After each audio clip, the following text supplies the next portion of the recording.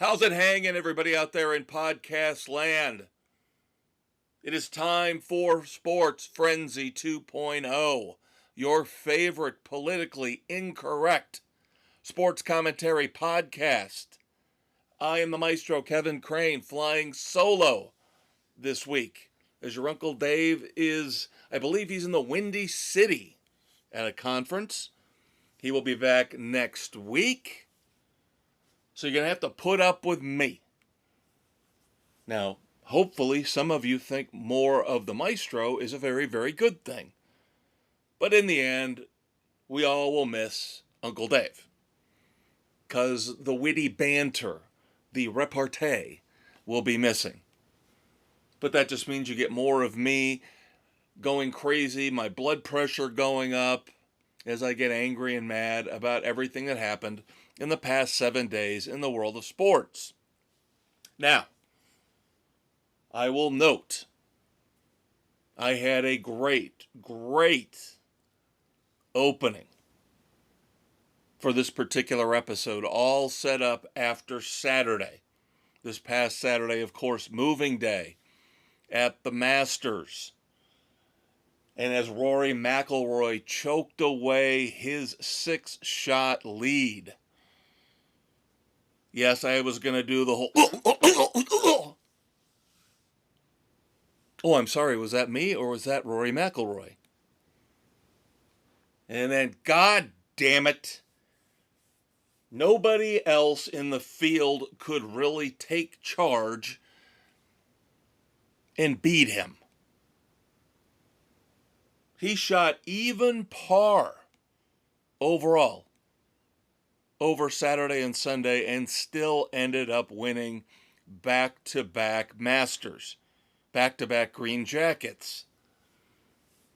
Scottie Scheffler did the best he could, but again, Scottie Scheffler this year, we've talked about it, has had a recurring pattern of starting off so slow, burying himself in a deep, dark hole that by the time he finally figures out his game for the week, it's too late. And he ends up finishing in the top 10, or in this case, in second place at 11 under, one shot behind Rory McIlroy at 12 under. And yes, again, keep in mind, Rory McIlroy was 12 under at the end of the day last Friday.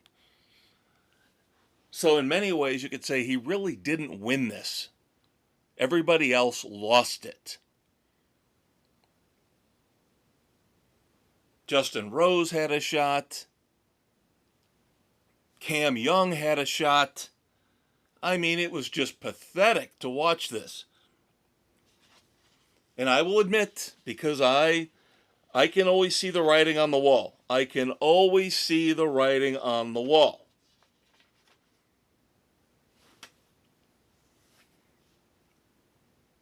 After Justin Rose choked away the lead, after Cam Young choked away the lead.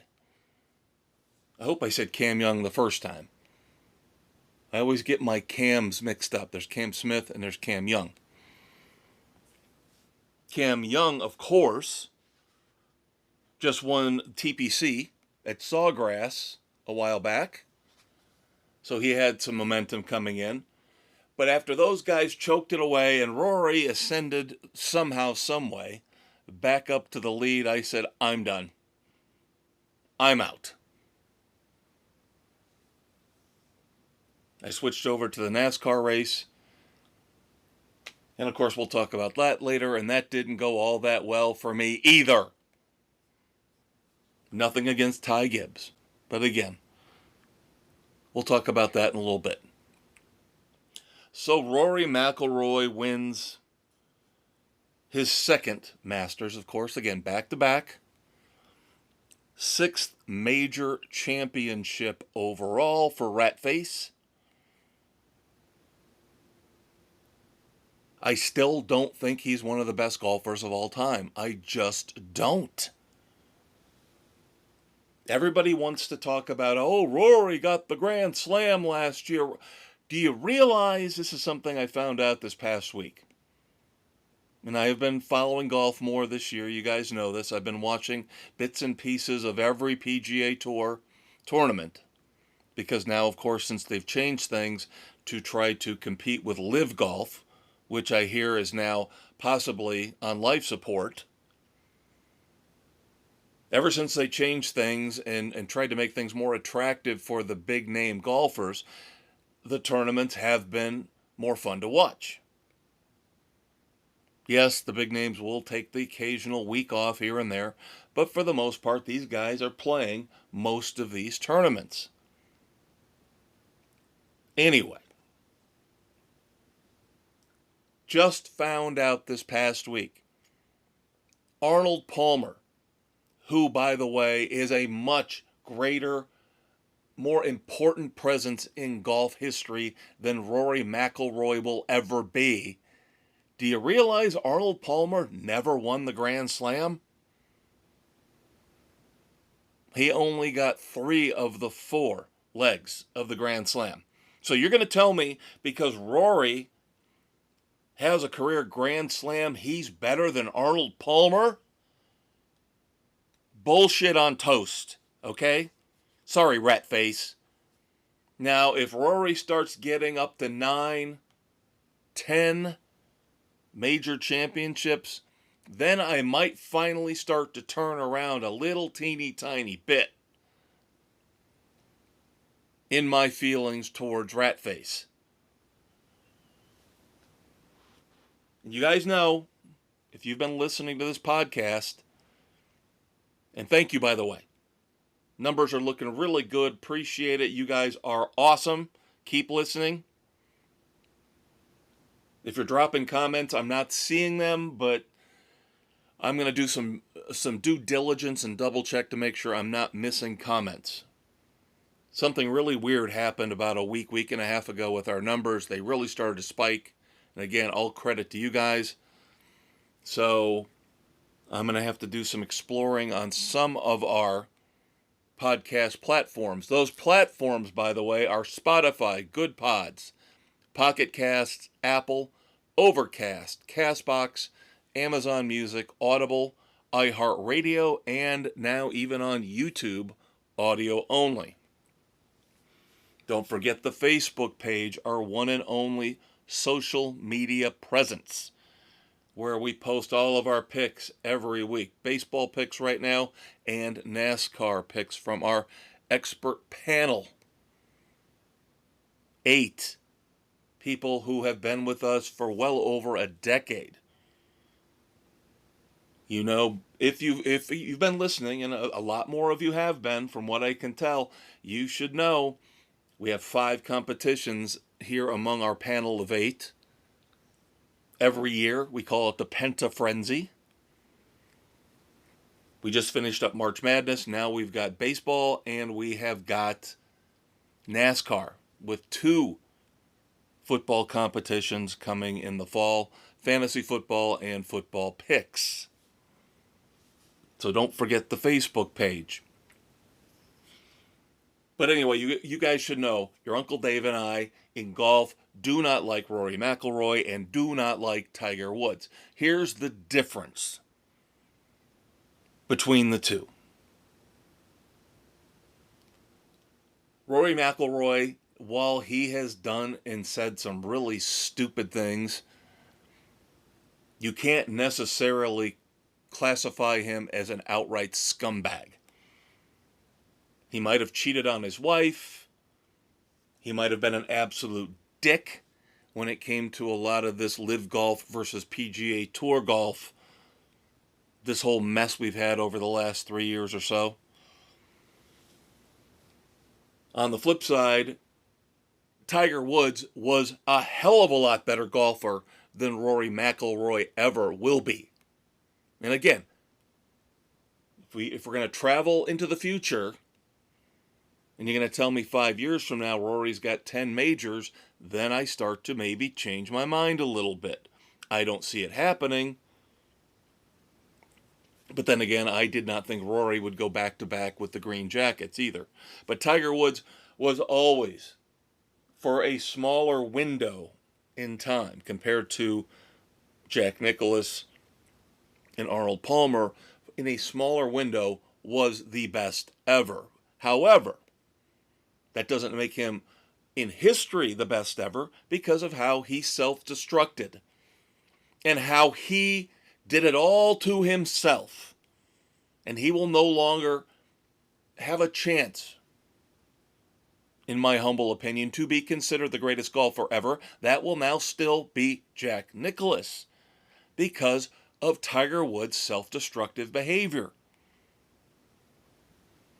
So while Tiger Woods pissed it all away on hookers and drugs, putting other people in danger, which I still can't believe the media wants to forgive him for, although they're starting to push back since this last incident. Rory's transgressions, while still skeezy, aren't nearly as bad as Tiger's. He's just not the golfer that Tiger Woods was. This is why I root for Scottie Scheffler. Yes, he had the one, if you want to call it a hiccup on his resume with that whole incident with the cops, which turned out to be a joke and a half, by the way. And of course, he takes the high road. He doesn't sue. He just says, let's move beyond it. Let's move past it. And I'll continue to show everybody how good of a golfer I am. I would still lay money on Scottie Scheffler having more majors at the end of his career than Rory McIlroy, more major victories. We'll see, but that's what's making golf fun to watch right now. Now, we still got 3 more majors coming up. One in May, one in June, one in July, since they shifted the schedule a few years back. And then you get the momentum going towards the FedEx Cup. Now, outside of the Masters, and maybe when we get to those other 3 majors, this is one of the few times we're ever going to talk about golf first and foremost here on Sports Frenzy. Except we're going to bookend this particular episode. So now as we leave golf for a while, I do believe I will have to talk about golf again in my last call at the very end of this episode, after we run through the nominees for the Red Foreman Dumbasses of the Week. And believe me, we've got a few that are tied into the Masters as well. So let's move on to basketball. I know, how desperate are we? Golf and basketball leading off an episode. Now, next week, of course, it will be our NFL Draft preview. Again, your Uncle Dave, the Conquistador Dave Height, will be back with me. And every year we get together with 1 or 2, 3, sometimes of our other compatriots, other members of our expert panel, to watch the NFL Draft. So your Uncle Dave and I will have a preview the night before of the first round of the 2026 NFL Draft. Not a lot of drama this year. I will warn you, not a lot of drama this year. Now, something crazy could happen. I doubt it. I really think most of the drama is going to come from where the second quarterback in the draft goes. Ty Simpson out of Alabama. But this is not a deep draft with quarterbacks. It's not a deep draft with running backs, although the other wild card in the first round could be Jeremiah Love from Notre Dame. Where does he go? Most likely somewhere in the top 10, but where? The only real true difference maker when it comes to running backs. We do have some depth at wide receiver, some depth at edge rusher, but we'll get more into that next week. NBA. season is over. Regular season is over. So now we get to the point where maybe, possibly, the players start to care more now. Because now the games actually matter in their silly, stupid little minds. And if you don't know it by now, your Uncle Dave and I pretty much only talk about the NBA as a public service to you out there in podcast land. We can't stand the NBA. I abhor the NBA because, and I'll say it again, and I don't care if it's politically incorrect, because we don't care about that here on Sports Frenzy. We don't care how many people we piss off every week, and we don't apologize for our opinions. We only apologize if we are factually incorrect. So now the regular season is over. The play-in tournament has begun.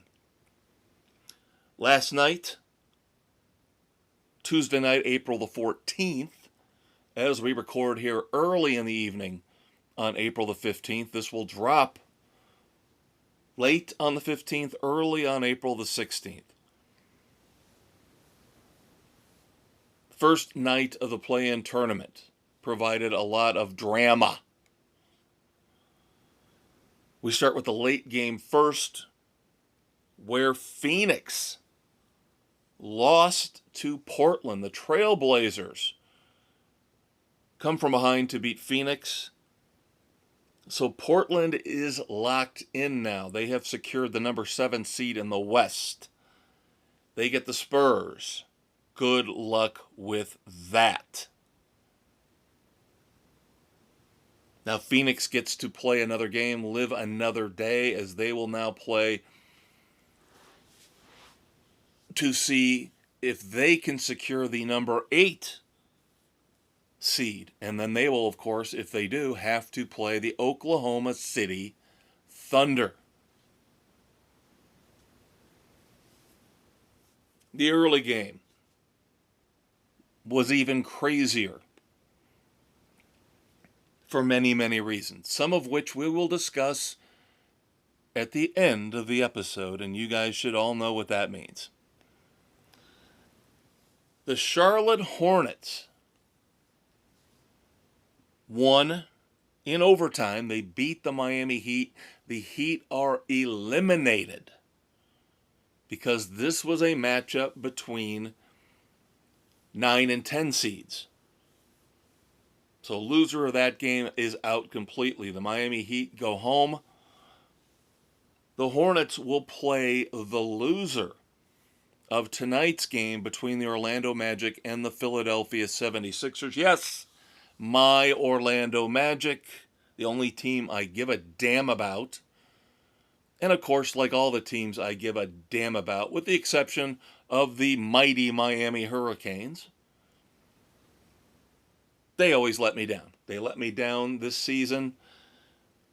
45-37, including a terrible loss to Boston on the last day of the regular season, a game where Boston didn't play their starters, and the Magic still lost. Which is why they are now on the road as the number 8 seed playing number 7 Philadelphia. Come on, guys, get your shit together, will you? You're finally healthy. And I'm tired of the excuses where they never should have traded for Desmond Bane because they gave up so much on defense. Give me a break. If these guys want to play defense, they can play defense. I still don't have a problem with the Desmond Bane trade. I have a problem with Jamal Mosley as a head coach. That's what I've got a problem with. And I will say this. There is no reason. Now, I could have said this on the last day of the regular season when they choked against the Celtics, but there is no reason, even on the road, that this Magic team should not be able to beat the 76ers because there is no Joel Embiid playing in this game. This will be an indictment. I would think the final nail in the coffin for Jamal Mosley if they can't win this game. Secure the number 7 seed. Then, yes, go in, play the starters for the Boston Celtics, and get your asses handed to you, but that's fine. That would save Mosley's job for another year. I think if Mosley loses this and then loses against the Charlotte Hornets, because then that's what will happen. The Magic will have to play the Charlotte Hornets for the 8th and final seed in the East. Now, some people are saying it might be worth it to, believe it or not, tank. Oh no, the NBA, you never tank in the NBA. You're always trying as hard as you can, right? Bullshit. So some Magic fans are saying we should lose this game. Then we get a home game against Charlotte. We beat Charlotte, and then we get the Pistons. Because people are saying the Pistons will be easier. Not an easy series, an easier series than playing the Boston Celtics now with Jason Tatum back and healthy. Do I see the logic in that? Yes, I do. But I also see the logic in playing your ass off every game and trying to win every game, and that has become a fundamental issue in the NBA.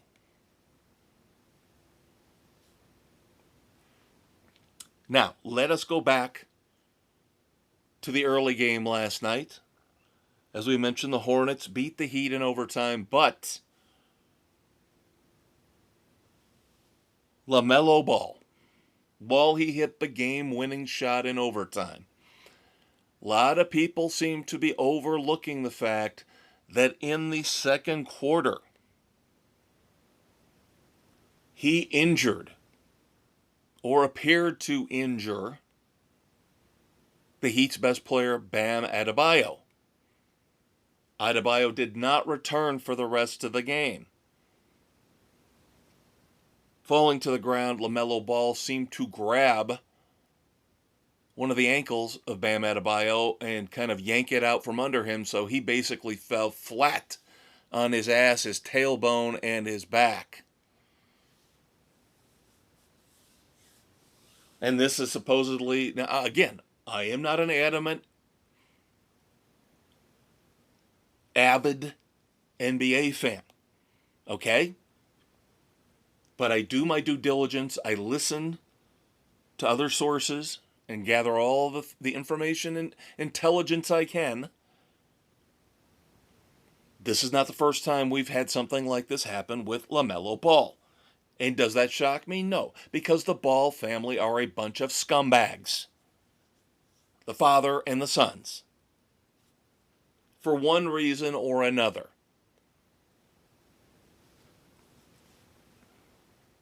Will there be a penalty? A suspension? Assessed? I doubt it. Because while Adam Silver has been talking tough here the last 6 months or so, I don't think he's got the balls to do it.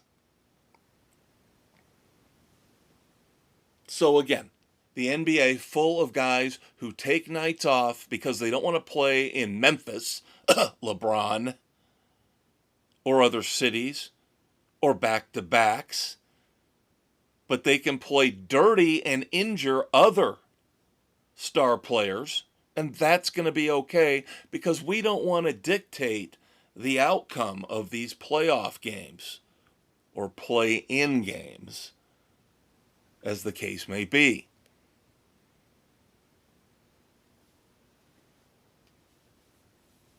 So we will see what happens tonight. I'll be honest with you, I know the West has got a play-in game. Loser goes home. It's Golden State. I couldn't tell you who they're playing. Off the top of my head, I could not tell you who they're playing because I really, honestly don't care.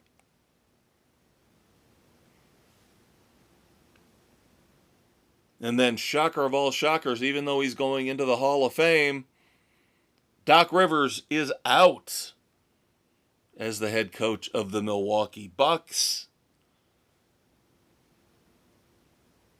This guy always falls upwards, always fails upwards, because now they're saying he's going to get paid for next year, and they're looking at somehow finding an advisory role for him.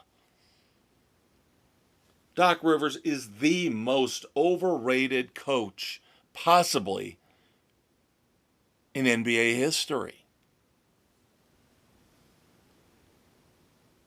Got one championship.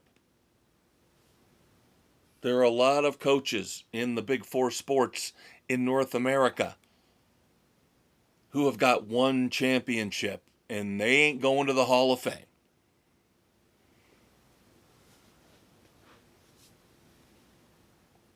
Now, we're getting to the point where the WNBA is going to start up again, and no, I swear to you, I promise to you, I am not going to watch every Indiana Fever game this year.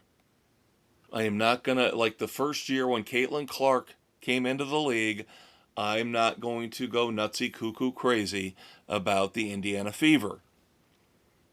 I do find it encouraging, though, that they have locked up the core group of players.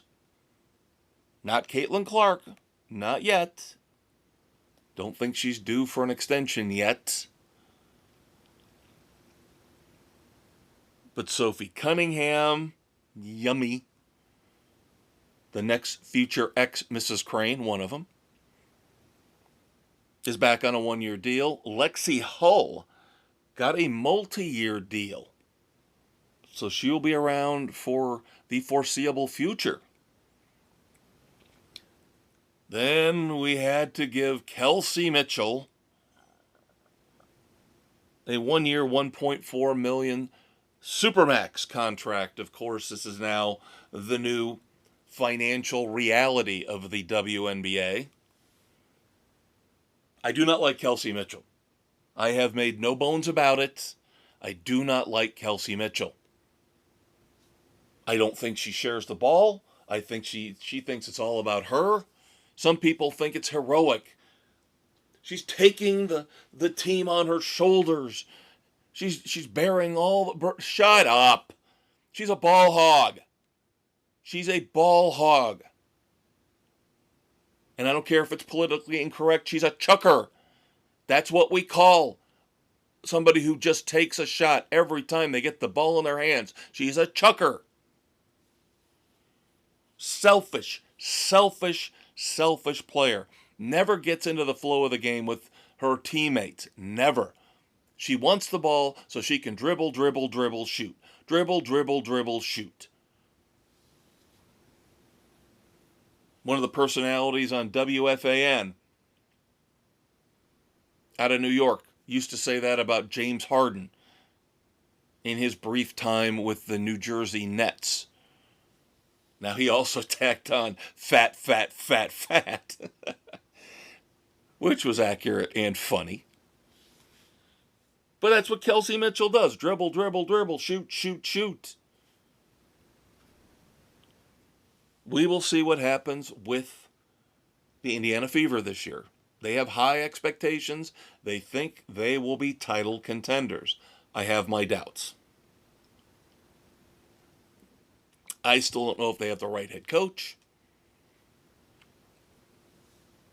I would like to see a little more cooperation between Kelsey Mitchell, Caitlin Clark, and the rest of the team. Now, of course, because it kind of had a compressed off-season here because the labor negotiations went on and on a little bit longer than they thought. We just had the WNBA draft right after the expansion draft. Of course, we talked about briefly the expansion draft last week for the Portland Fire and the Toronto Tempo. Not really any significant names going in the expansion draft.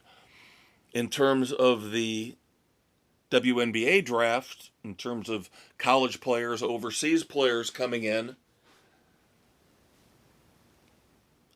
I got one issue. I got one big fucking issue here.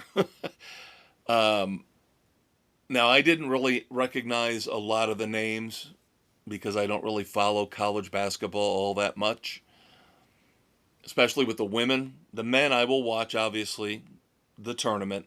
The women, maybe I'll watch the championship game. Lots of UCLA players. I believe they said a record 5 players went in the first round from the champions, the UCLA Bruins. But the number 1 overall pick, this is where I've got an issue. And bear with me here. You guys know I have no love for the Alphabet Mafia. None whatsoever. I think they're a bunch of bullies who think they're a privileged, protected class who get held to a higher standard than the rest of us normal people. Yes, I said normal people. The number 1 pick, again, went to the Dallas Wings.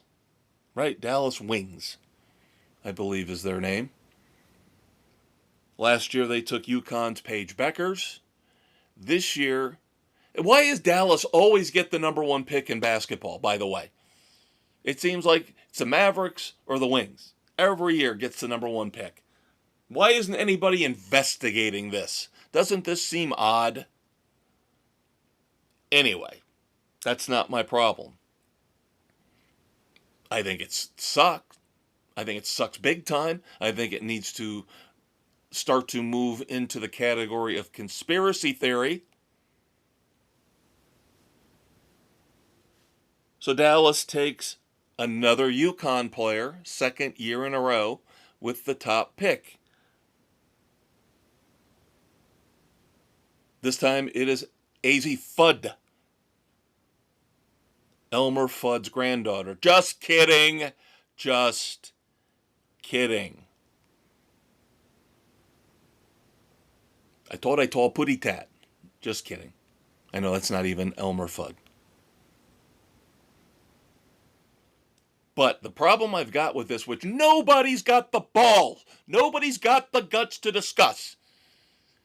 You realize you're smart. You guys out there listening are smart. That's why you listen to Sports Frenzy. You realize, like I do, that you just in back-to-back years drafted a couple. Right? If you're Dallas, Paige Bueckers and Azzi Fudd are a couple. Romantic couple. Oh, but there's not that many lesbians in the WNBA, right? Ha! It's like half the fucking league. And I don't care. But here's what I care about with this particular situation. And I know there's probably teammates throughout the league who are hooking up. It boggles my mind that this is the one league, one major sports league, where we have to worry about players hooking up with each other. Not hooking up with cheerleaders, not hooking up with reporters, but hooking up with teammates. And the worst part is, you're talking about 2 consecutive number 1 picks, 2 top-level players on the same team. What happens if they break up? What happens if they have a really, really nasty falling out? What do you do if you're Dallas? Nobody's talking about this. I find this amazing that nobody in the mass media's got the fucking cojones because they're lesbians. Again, protected class. We can talk about Mike Vrabel and Diana Rossini all we want, right? But we can't talk about the fact that Dallas just might have made a catastrophic mistake. Again, what happens a year from now if Paige Bueckers and Azzi Fudd break up and they hate each other's guts? You're going to have to trade one of them. Your hand is going to be forced as a sports organization, as a general manager. Your hand is going to be forced because of a romantic relationship among your players. This is outrageous to me.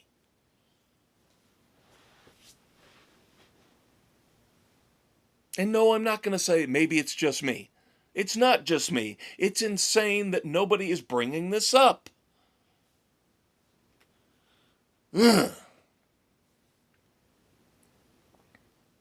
College basketball, of course, the tournaments are over. Last week, of course, we congratulated the Michigan Wolverines and the UCLA Bruins for their respective men's and women's championships. Just a little bit of college basketball news. For the defending champion, on the men's side, the Michigan Wolverines, star, in my opinion, the star of the championship game, point guard Etiquette, is returning for his senior year. That is huge, huge news for Michigan. On the women's side, here locally, of course, you guys should know by now, our studios are in northern Indiana, so we tend to have a lot of news about Notre Dame. Their women's program starting to climb back up again. And of course, they're not going anywhere without Hannah Hidalgo. And just like Elliot Cadeau, on the men's side, Hannah Hidalgo will be back at Notre Dame for her senior year. That is huge news. For what are they called? Lady Fighting Irish, Lady Irish, Fighting Ladies, whatever. I'm telling you, Fighting Ladies is what you're going to get with Paige Bueckers and Azzi Fudd in about a year.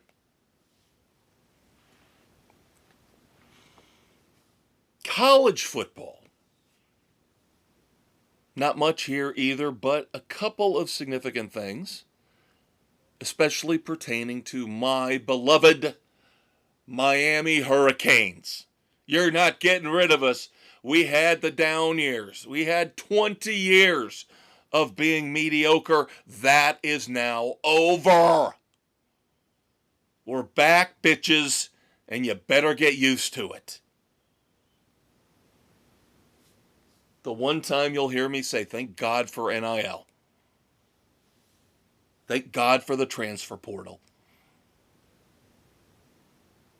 Now, this kind of surprised me because the Miami Hurricanes have two of the best coordinators in the college game. And I would think these two guys would be ripe for poaching from other programs, but the Miami program's a different cat, kids. Multi-year extensions have been reported for both defensive coordinator Corey Heatherman and offensive coordinator Shannon Dawson. The structure is now intact. The Hurricanes are indeed back, and you better get used to it. Now, this will not affect, this coming story here will not affect, in my opinion, my humble opinion, the draft status of Ruben Bain Jr., pass rusher par excellence from the U as he enters the draft. But it turns out that he was indeed the driver in a car that was involved in a fatal 2024 crash where a passenger died. I'm all for conspiracy theories. You know this. So I am not exempting Miami from my ever watchful, ever cynical, ever pessimistic eye, there were some things when I was reading about this that raised the alarms, red flags, bells and whistles. However, we all know that star athletes and celebrities get treated differently. As much as I would fight and fight and fight against that 24/7 if I had the wealth and the power to do so. Ruben Bain Jr. did not get charged, did not get sued. There are no civil litigation trials pending on this situation. However, it did sound like the police on the scene might have skipped a few crucial steps in terms of finding out if Ruben Bain Jr. was indeed capable of driving an automobile. And I'll leave it at that. So don't ever say, I don't call it as I see it. I am not biased like that. I care about law and order. I care about the safety and security of you out there, me, my kid, Dave's kids, his family. I ranted about this a couple weeks ago with Tiger Woods. Ruben Bain does not get a free pass here. Now, what I will say is it doesn't seem like there is a pattern of behavior here that would harm his draft stock next Thursday. He should still be a top 10 pick. If he falls out of the top 10 at the NFL draft in Pittsburgh next week, I'll be a little surprised, and then I will say, maybe it did affect his draft stock. Remember another Hurricanes great. Remember Warren Sapp? Remember the allegations of pot smoking and how that hurt his draft stock. Of course, that seems to be lessening and lessening, of course, over the years. The impact of marijuana and how teams perceive marijuana use. Laramie Tunsil, remember him? Not a Miami Hurricane player, but remember the gas mask, the video of him smoking pot with the gas mask, and that hurt his draft stock. Last time I checked, he's doing okay. He's making a boat ton of fucking money. So I do not expect Ruben Bain Jr. to suffer any adverse effects.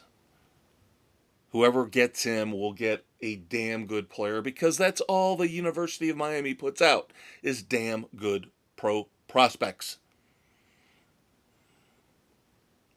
Now, I don't have a lot to say about this, but this is a pretty important story. The University of Iowa has had to vacate 4 wins from the 2023 season because of tampering accusations involving quarterback Cade McNamara.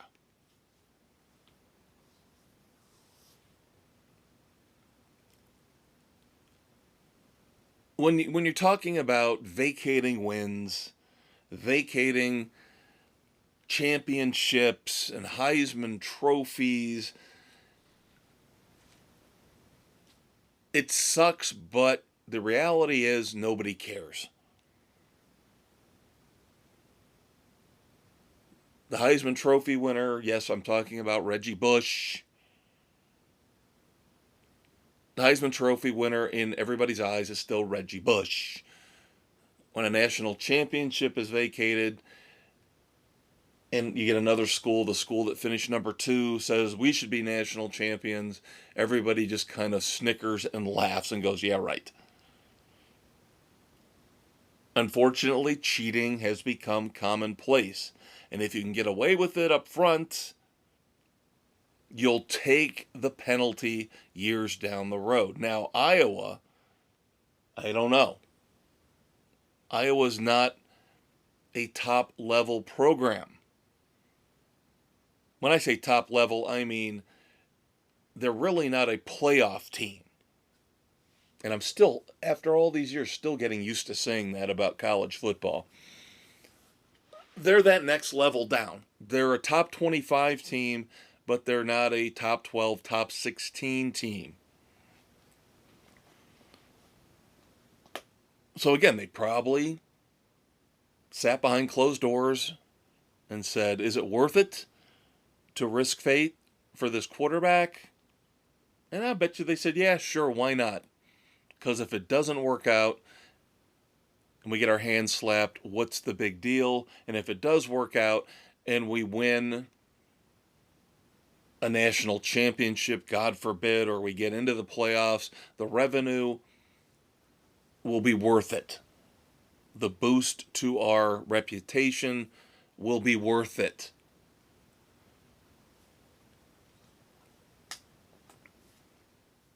All right, we mentioned the whole situation with Ruben Bain at Miami, as now we move over to the NFL for a few minutes. And again, next week will be the big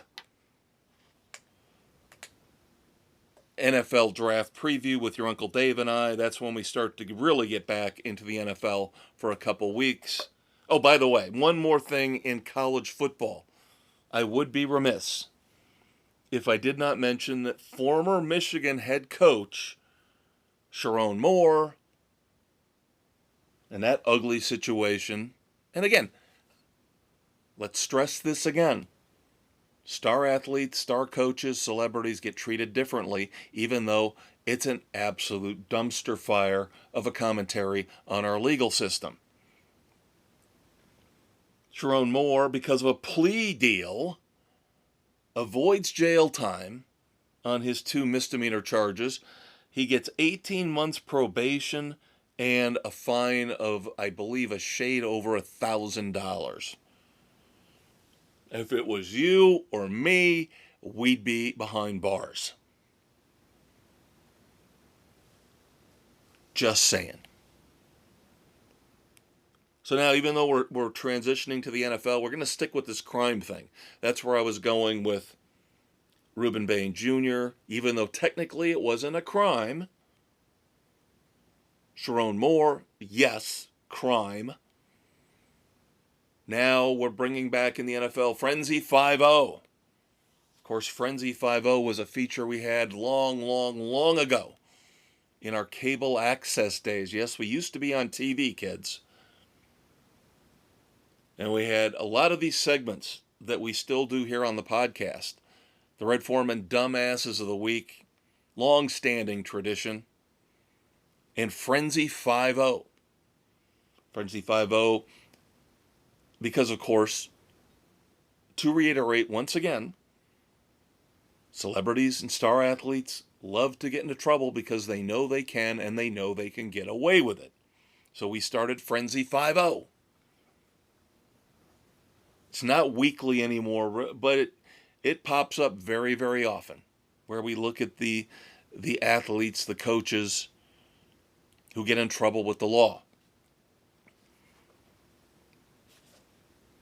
On the professional football front, we have Cowboys safety Marquez Bell. He is getting nailed with misdemeanor and felony drug charges. And of course, Jerry Jones will look the other way because he always has. Now, the difference is he looked the other way when the Cowboys were winning championships, when Michael Irvin was going to whorehouses and snorting up plates of cocaine, because Michael Irvin's a Hall of Famer. Michael Irvin won championships. But even nowadays, with the Cowboys being as pathetic as they are, and still getting national TV exposure well beyond what they deserve, he'll shrug this off. Big deal. Who was the guy? Was it Greg Hardy? If memory serves, Greg Hardy was a cowboy when he got busted with basically a whole bunch of illegal weapons spread out on a bed. I don't know if it was a hotel room or in his house. I think I've got that right. I think it was Greg Hardy. And again, just another day in Jerry's world. So what do a few felony and misdemeanor drug charges mean to the Cowboys, right? Sweep it under the carpet. No big deal. And the same can be said for the NFL. Are they going to do anything about this?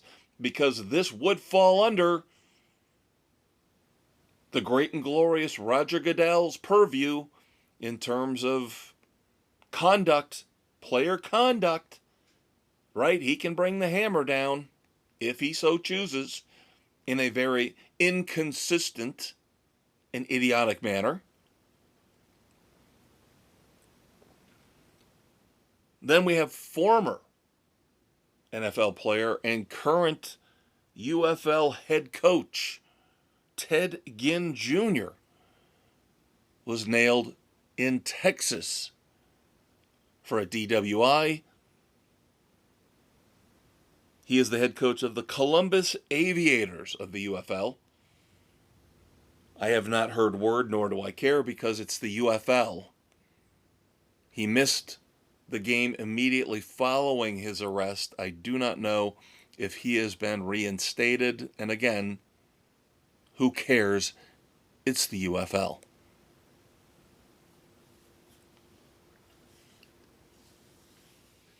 One transaction to discuss this week. This could be a precursor to what I believe. I think it's going to happen.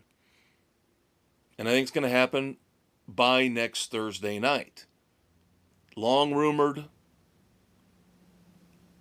the Eagles acquired wide receiver Dontavian Wicks from the Green Bay Packers for a 2026 fifth-round pick and a 2027 sixth-round pick.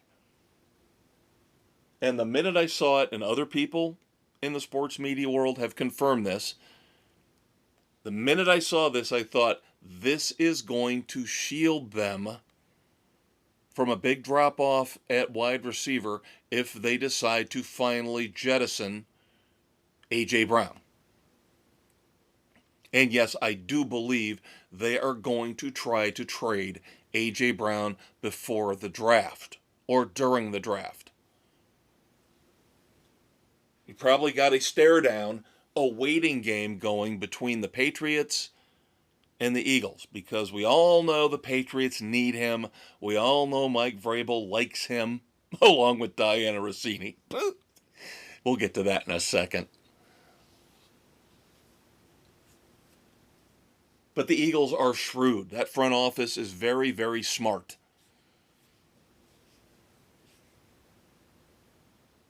They've already basically got a number one receiver in waiting, Devonta Smith. I think he would flourish if he moved to the top of the food chain. And then you slot Wicks in as a 2, a 3. Look, the Eagles don't do a lot of passing down the field.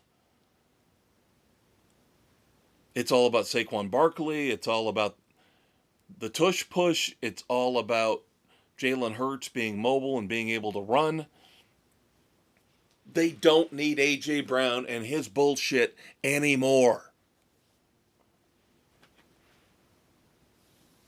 The Patriots don't have a number one receiver on the roster right now. They're obviously going to be drafting way, way, way in the back of the first round. It just makes a ton of sense for this trade to happen for both sides.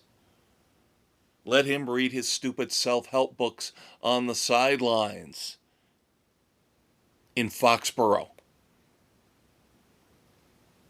I'm not trying to speak for Eagles fans, but I've got to believe they're fed up with his bullshit. Then, of course, we have the Department of Justice. Of course, I don't know what to think of the Department of Justice. If you check out the weekend edition, this coming Saturday morning, your Saturday morning hangover cure. Yes, it'll be me solo, the Maestro. I'll get you through your Friday night hangover, your disaster, your bad, awkward hookup. This is where we do the best politically incorrect pop culture commentary podcast. The weekend edition, dropping every Saturday morning. We'll talk more about the DOJ and their failures. Although it sounds like today, on April the 15th, there's some good news involving the Live Nation antitrust lawsuit, which we'll talk about Saturday morning for you. But of course, you know the bullshit the DOJ pulled, settling for next to nothing. And then, thank God, these dozens of other states said, nope, bullshit, we're going to proceed with trial. We're going to take this thing to trial because the settlement is garbage. So now the DOJ and the sports side of things, the Department of Justice, says they are going to investigate the streaming deals that the NFL has been entering into to see if they violate the antitrust deal the NFL has enjoyed for decades and decades. Now, we all know the NFL wields a lot, I mean a lot of power. And this DOJ right now is not showing much of a backbone. So I don't have a lot of faith. I don't hold out high hopes that the Department of Justice will do anything for us, the consumers, in terms of figuring out a way to keep these NFL games on over-the-air TV. And I'll tell you, something I have not heard discussed very much. Now, we all know, you got the Sunday night game is on NBC, but also on Peacock. But as long as it's on NBC, that's fine. And your local games, whatever is on your local over-the-air CBS affiliate, will be available on Paramount Plus. That's all fine. The thing that I'm getting worried about is, of course, with the rat, with Disney. And maybe this is where we're heading with this DOJ investigation, is ESPN supposedly has, well, I know they do, supposedly has exclusive rights to an upcoming Super Bowl. It might even be the one coming up here in early 2027. But the rat has always played it fast and loose. By the rat, of course, I mean Disney, where I think initially there were enough complaints when they moved Monday Night Football to ESPN, where they ended up putting a lot of those games also over the air on ABC. And my question is, why wouldn't you? You're going to get more than enough ratings to offset whatever crap you're going to put on your ABC channels anyway. So why wouldn't you? And that's going to be my question about this Super Bowl. Are they going to actually put it on ABC as well as ESPN?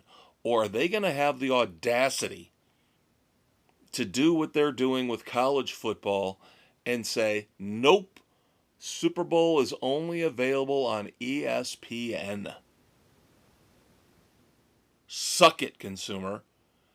That's where I think you'll see a war really start to brew.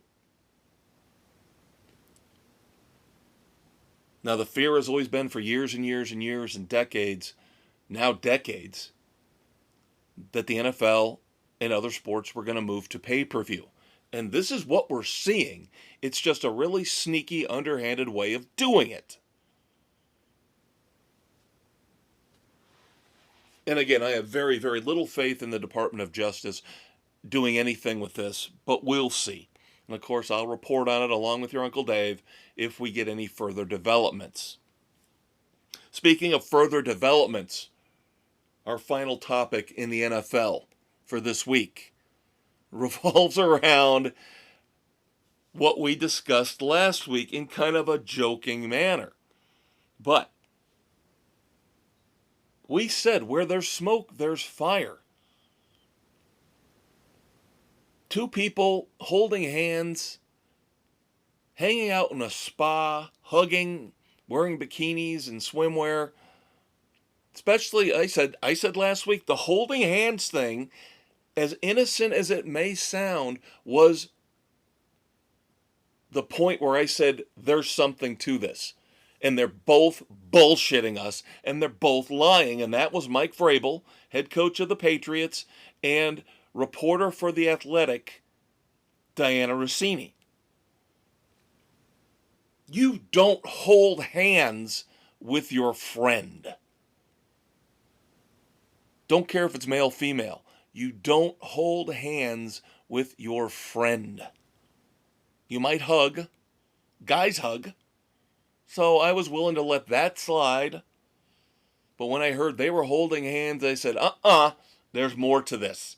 There is a lot more to this. And so what has happened? Miss Rossini has resigned from her position with The Athletic. Of course, that is owned by the New York Times. They were investigating the situation, but of course, in typical spin mode, Rossini puts out a lengthy statement about how it's been blown out of proportion. There was nothing tawdry going on. I'm paraphrasing, but you know damn well I'm close. But because this has become such a dumpster fire, I am doing the noble thing because The Athletic can't complete their investigation without outside sources interfering. So I'm going to do the noble thing and I'm going to resign. Bullshit on toast.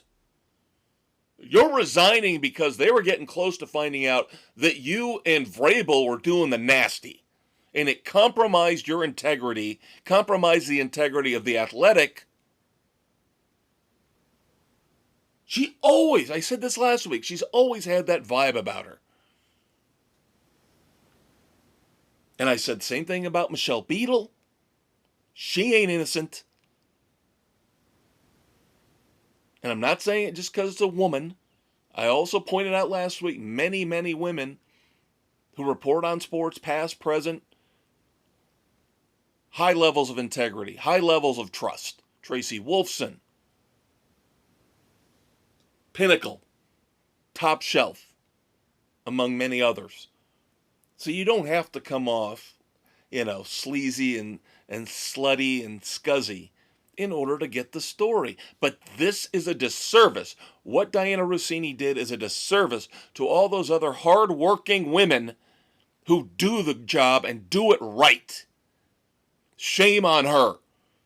And she has much admitted it now with her resignation that she broke the trust. And I don't want to hear, oh, Maestro, you're a misogynist. Fuck that. Women screw up all the time, just like men, just like gay people, just like people of every race, religion, creed, and color. Fuck up all the time. Nobody's perfect. Women aren't paragons of virtue.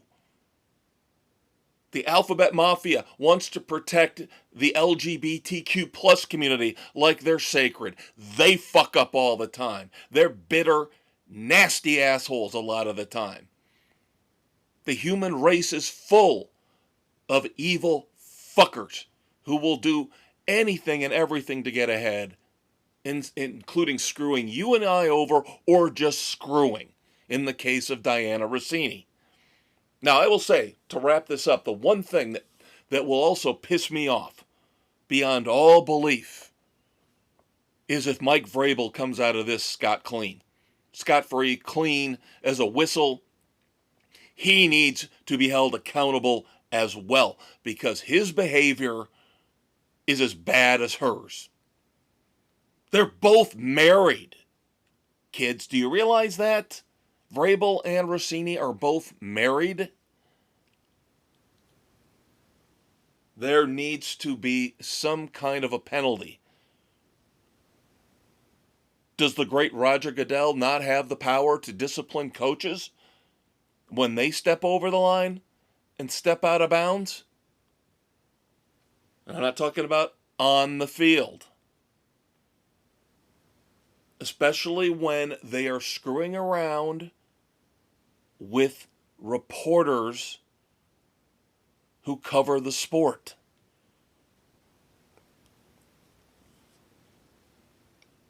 And of course, if anything else comes out about this, we will let you know, because I can't get enough of this story. Sanctimonious reporters, male or female. And I thought better of Mike Vrabel. I really did. I really thought better of him. Now, lost a lot of respect in my eyes.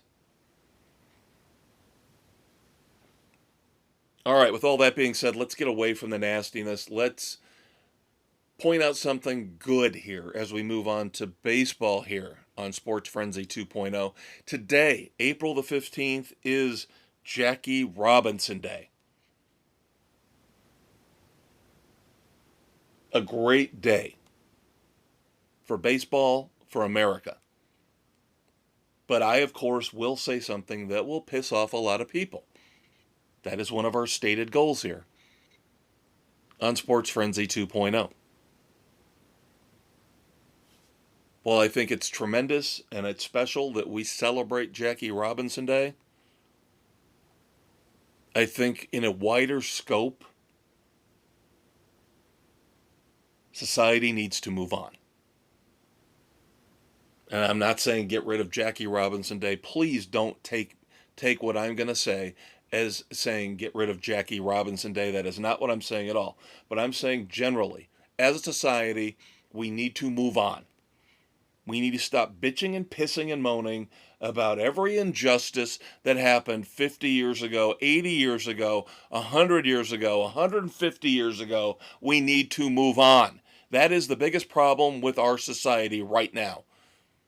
We regress instead of embracing progress. We say, give me more, give me more, give me more, because my ancestors were fucked over. At some point, that's got to stop. Everybody's got to stand on their own 2 feet, accept the circumstances as they are in 2026. Not 1866. Move on. Let's all live in a society together. How about that for an idea? Let's all live in a society peacefully and in harmony together. No Republicans, no Democrats. Ignore race, creed, sexual orientation, religion. Ignore it all and just everybody get along. Yes, Rodney King spoke those words, and I can't believe it, spoke them as eloquently as anybody ever could. Can't we all just get along? But again, I am not disparaging Jackie Robinson Day. Everybody, of course, will wear his number today, as it should be.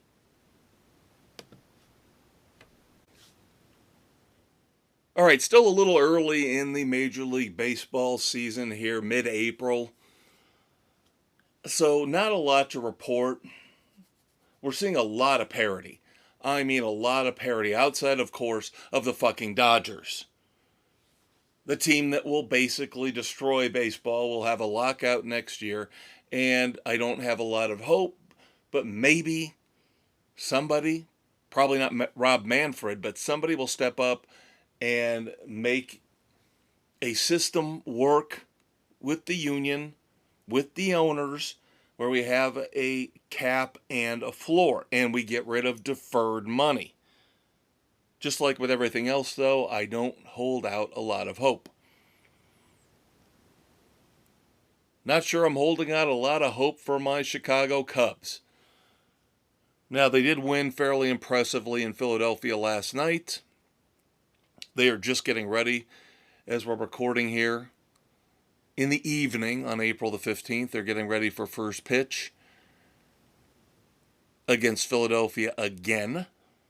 So we'll see how that goes. The Cubs right now are 8-9. They are in last place in the National League Central, but again, with a lot of mediocre baseball out there, a lot of parity, the Cubs are only 2 games out of first place, even though they are in 5th place in the Central. Right now, they're 2 games behind the Pirates and the Reds. Both those teams still have to play tonight as well. So technically, the Cubs could gain ground tonight. But again, the Dodgers are running away with everything in the National League. The Braves look pretty good, but that's not a complete and total shock. Told you guys Pittsburgh would be good. I told you guys before the season started, I liked the moves the Pirates were making. I still don't like the owner because he's really one of the top, if not the number one perpetrator of using this system in Major League Baseball, taking money from the Dodgers, taking money from the Mets, and then not spending it on his own team. But this year they did spend some money. We talked about last week how they locked up Connor Griffin. You know, they brought in Brandon Lowe, Ryan O'Hearn, who have been good additions. O'Neal Cruz is playing out of his mind. You still got Paul Skeens. Now, I guarantee Paul Skeens is not going to take one of these deals that we're seeing handed out to a lot of these young players.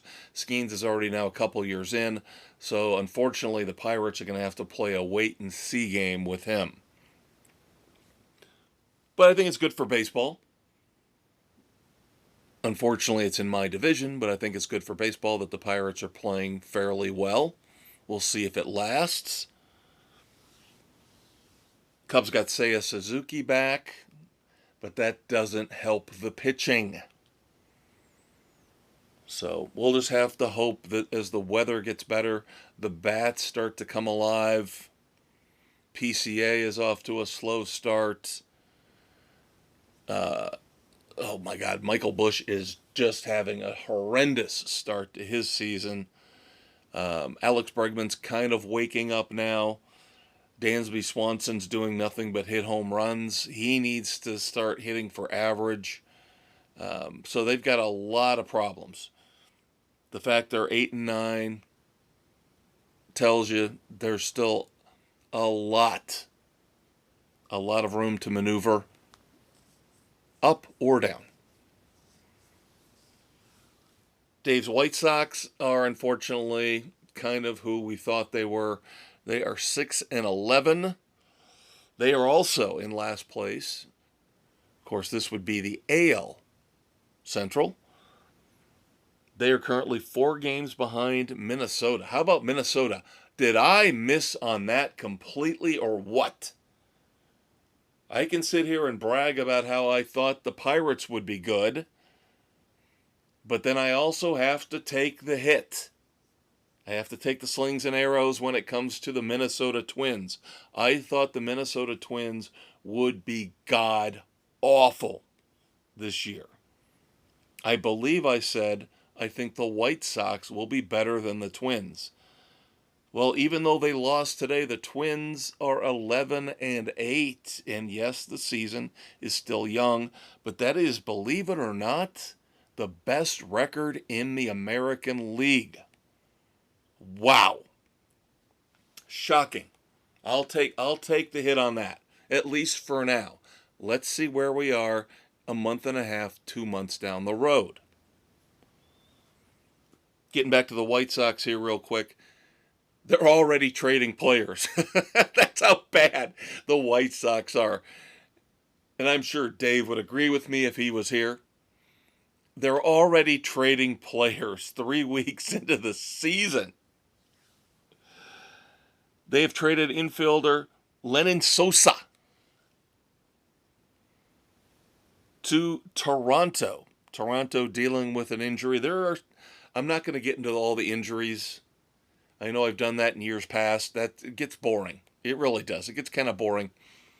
I will say, though, that George Springer has got a fractured toe. He is out for the Blue Jays, so they are trying to make a move here to upgrade their leadoff position, to upgrade their offense, so they don't fall too far behind everybody in the American League East. So again, Toronto, the Blue Jays acquire infielder Lenyn Sosa. I hope I'm saying the first name right. Lenyn, Lenyn. But it's just an indictment. Again, another indictment on the White Sox that we're not even we're just halfway through April and they're already trading players. We just talked about the Pirates and how they locked up one of their good young players, Connor Griffin. We talked about his contract last week. Well, the Detroit Tigers are the latest to fall in line with this growing trend. A couple weeks back, it was the Mariners and shortstop Colt Emerson. Now, the Tigers have locked up their rookie shortstop, Kevin McGonigal. 8 years, $150 million extension, which will carry him from 2027 through 2034. This seems to be the move. Cubs did it with Pete Crow Armstrong. Lock up the young players. Instead of having to worry about paying them $35-40 million if they actually become superstars in 3 or 4 years, lock them up for 6 years, for 7 years, for 8 years. I would prefer my team do something like this than the bullshit the Dodgers pull, like what they did with Shohei Ohtani. We're going to defer all his money into the 2030s. Say it once again. Next year, I will sacrifice a year of baseball if they blow this up and get it right. Cap, floor, no deferred money. Yes, I know they're going to have to figure out a way to grandfather contracts like Ohtani's in somehow. But let's get it fucking fixed, okay? It shouldn't be that hard. Then finally, one last little tidbit. I guess you could say it's a historical note. And it's gonna lead into my question about who qualifies for the Hall of Fame. Now, in this case, it's baseball, but you know I've been critical of almost every Hall of Fame in one way or another. And you can be the same way. We have our personal favorites. We have our people, our players that we think were overrated or underrated or historically great, compilers. Now, the Baseball Hall of Fame doesn't normally put relievers in all that often, but I'm going to pose a question to you. Now, last night, April the 14th, Kenley Jansen, who is currently playing for the Detroit Tigers, Kenley Jansen, got his 479th career save. That makes him third all time in terms of saves. He just passed Lee Smith. Now, to me, boggles my mind. I hear Kenley, Jansen, I hear Lee Smith. Lee Smith is an all-time great. I'm sorry, I don't put Kenley Jansen in that territory. But he's third all-time now. Of course, he's not going to move up. He's only got maybe a year or two at best left in his career. And there's no way he's catching Mariano Rivera or Trevor Hoffman. 1-2 on the list. But think about this. So Kenley Jansen is third all-time in saves, passing Lee Smith. Think about some of the greatest save relief pitchers, closers of all time. Right? Bruce Sutter comes to mind. Dennis Eckersley, although Eckersley kind of split his time, started as a starter, then moved into the bullpen. Remember, I bitched and pissed and moaned about Billy Wagner getting into the Baseball Hall of Fame. Billy fucking Wagner. Kenley Jansen's got a hell of a lot more saves than Billy Wagner. Does that mean Kenley Jansen is a Hall of Famer? See, I don't think he is. But then again, I don't think Billy Wagner should ever been put in the Hall of Fame. Oh, but he played in New York. I don't care.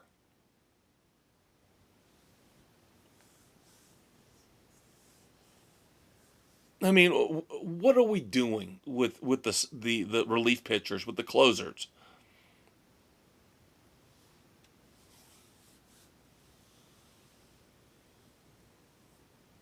Who was it? Craig Kimbrell, I think, was just brought up again by a major league team, and he's up there on the list all time in terms of saves. Are you going to put him in the Hall of Fame? It's just, I told you, the Baseball Hall of Fame has become so exclusive, but they're doing it wrong. There are plenty of guys who are worthy, and of course Dave will be shouting from the rooftops for Mark Burley. I'd rather see Mark Burley in the Hall of Fame than Billy Wagner or Todd Helton. And sure as hell would rather see him in the Hall of Fame instead of Kenley Jansen. You guys understand where I'm going with this? The NBA Hall of Fame lets everybody in. Everybody. I mean, Amari Stoudemire, come on. They'll let anybody in. The NFL's probably the closest to getting it right, but even they make mistakes. But I would say the NFL, Canton's got it right. As close to being right as the four major sports can be. But baseball, for being so exclusionary, has completely screwed this up, where they're letting compilers in and leaving worthy players out.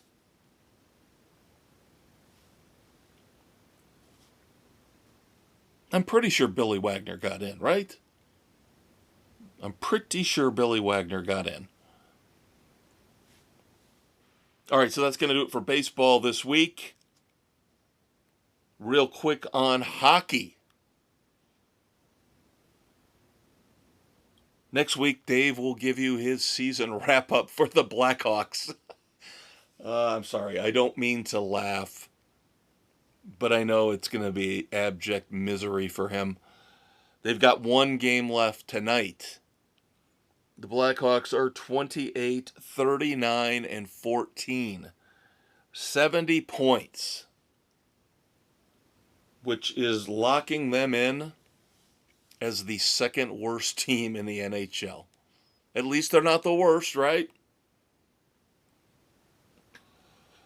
Like I said, we'll give your Uncle Dave one last chance to vent about his beloved Chicago Blackhawks next week. Legendary goaltender Jonathan Quick is retiring, I believe. Don't quote me on this, but I do believe he is a 3-time Stanley Cup champion.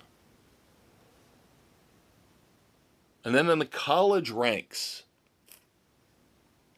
the Frozen Four, Denver won their 11th title, beating Wisconsin 2-1 in the championship game.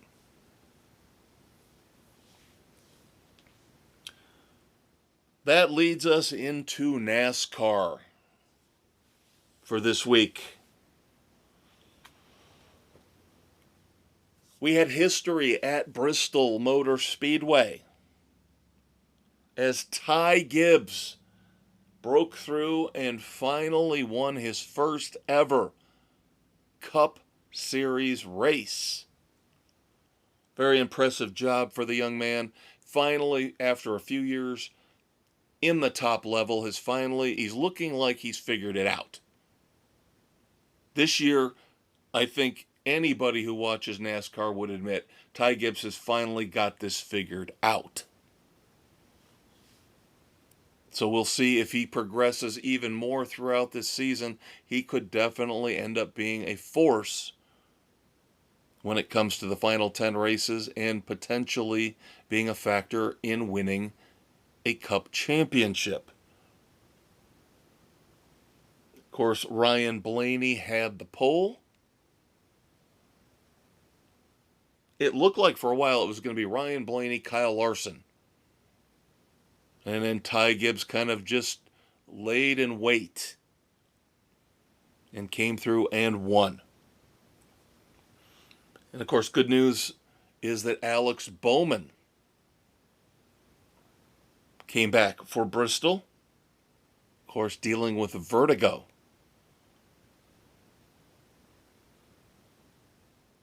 Ratings for Bristol. Again, NASCAR loves to make excuses. Loves to make excuses for everything. As it seems like they're the only sport, the only major sport that doesn't have viewership increases. Now, we will discuss this more in my last call after the Red Foreman Dumbasses of the Week, because I have something to argue with you guys about when it comes to something your Uncle Dave and I have always pointed out. These very sketchy viewership numbers we're getting.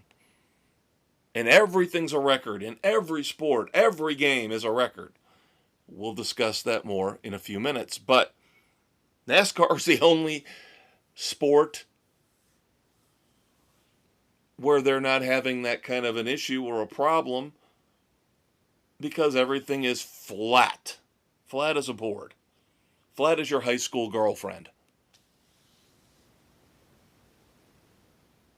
Ratings for Bristol. Viewership, I should say.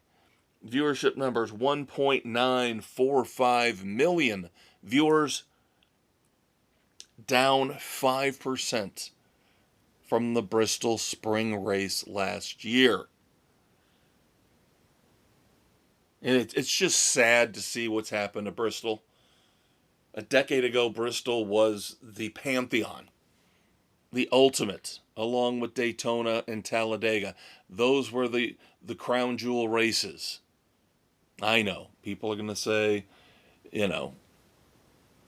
what, the Labor Day race is a crown jewel, the Southern 500, the Coca-Cola 600, that's fine. But Bristol, the two Bristol races were special. Then, of course, they messed around with the spring race and turned it into a dirt track, and that failed. So now it's back to a normal race, but you see the crowds. Bristol used to be a destination. Used to sell out every race. Didn't matter if it was spring, didn't matter if it was the night race. And now you're seeing empty seats. Lots and lots of empty seats. How depressing.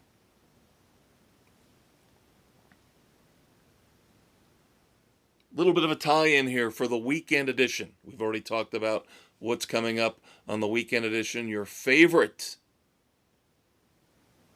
politically incorrect pop culture commentary podcast every Saturday morning, your weekend hangover cure. I am going to do a deep dive into the horror anthology movie series VHS.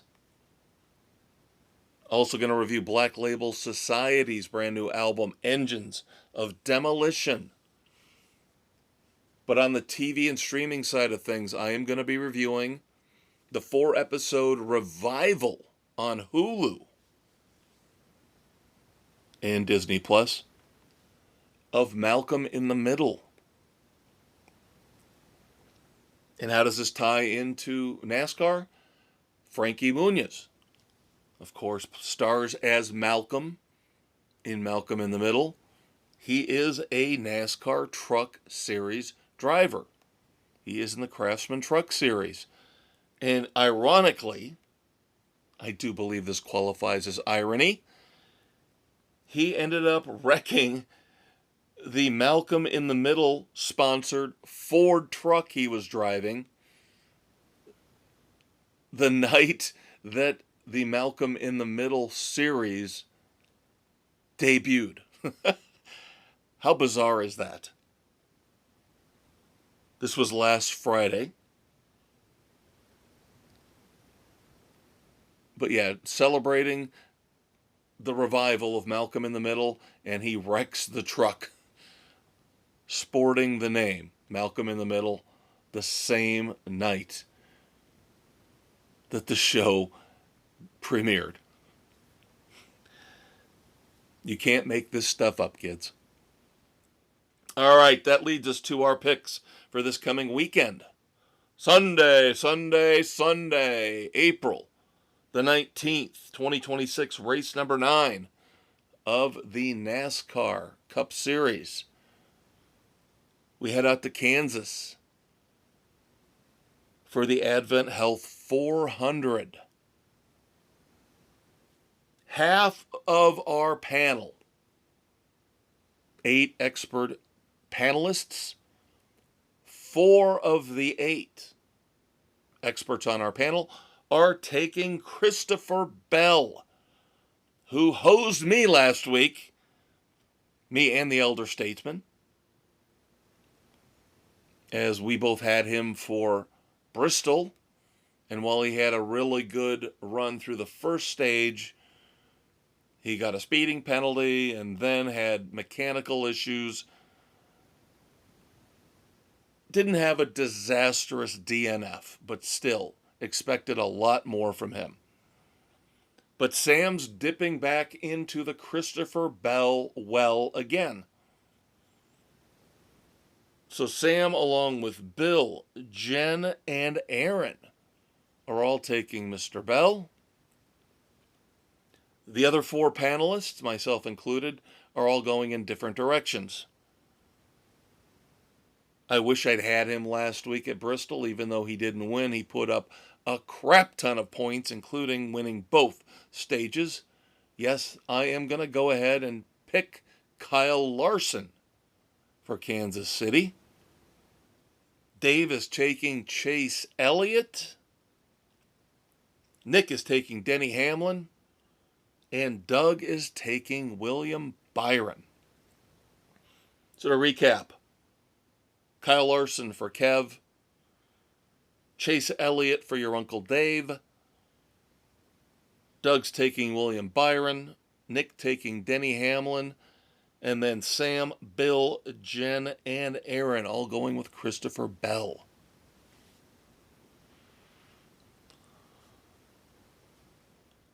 All right, now it's time to start winding things down here. But of course, you know that usually means we got about another half hour left.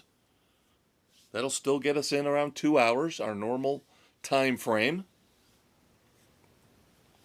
First up, moments of silence, unfortunately. And we do have a few in the world of sports. Let's start off with baseball. Somebody I remember from when I was a kid. Great player from when I was growing up. last week we had Davey Lopes, and this week it's Phil Garner. Phil Garner was a 3-time All-Star infielder. Also spent 15 years as a manager in the major league ranks. And I do believe he managed the Houston Astros to their first ever World Series appearance. But just like Davey Lopes last week, Phil Garner was another one of these great players that I remember watching growing up. A bygone era that I miss a lot. Now, these other two moments of silence hearken to the NFL. Browning Nagel, quarterback for the New York Jets. In college, he played for Louisville. Unfortunately, passed away much too young, 57 years old. I know I always say it, but it scares me to death, no pun intended, when somebody younger than me dies. And then Dave McInnes, who was the former head coach for the Arizona Cardinals, has also passed away.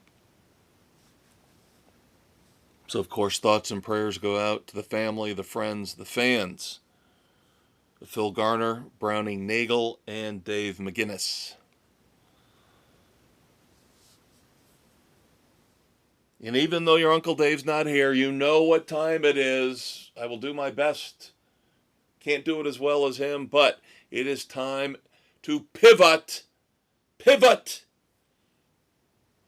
As David Schwimmer, a.k.a. Ross Geller, screamed in that classic episode of Friends when they were trying to move a sofa up and down the stairs. Pivot! From sorrow and sadness to stupidity. As it is time for the Red Foreman Dumbasses of the Week. These are your 7 nominees. I don't like to do this by myself. Usually your Uncle Dave will make his choice and then I will make mine. Now it's up to you guys. Drop me a line, comment, let me know, Facebook page or on any of our podcast platforms. Which of these 7 nominees you think really and truly deserves the golden boot up the ass as the Red Foreman Dumbass of the Week? We will start off with Prime Video. Usually very reliable. We can usually depend on Amazon to do things the right way. But nobody's perfect, right? I thought I was losing my mind last night. Now, I checked my phone. I'm not a big phone guy, but I checked my phone, saw that the early play-in game, the Hornets and the Heat, was going into overtime. So I thought, all right, I'm not really in the middle of watching anything. Let me flip over to Prime Video and watch the overtime. I jump onto Prime Video, click on the game, and I see a screen pop up saying technical difficulties. And again, I thought, what's going on here? Amazon doesn't do this. Amazon doesn't have problems like this. What the hell is going on? So I backed out, went back in, clicked on it again, and then the game came up. But it turns out I was not losing my mind, as a few outlets reported this morning that Amazon did indeed drop over a minute of the coverage of that Hornets Heat game in overtime. That is not good. circling back around to what we talked about with the NFL and the Department of Justice inquiry, if the streaming services are going to make us pay to watch this stuff, they better goddamn well get it right. And they better not screw it up. So now, Amazon, you're on notice for being dumbasses. Just like Netflix, what was it, the Tyson-Paul fight? Where that thing was all glitchy and didn't work? Don't do it. Don't expect us to pay for an inferior product.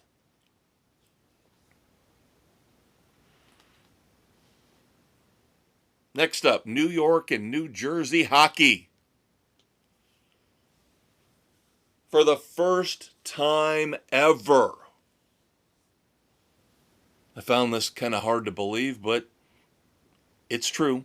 For the first time ever, the New York Rangers, the New York Islanders, and the New Jersey Devils all missed the playoffs in the same season. Wow.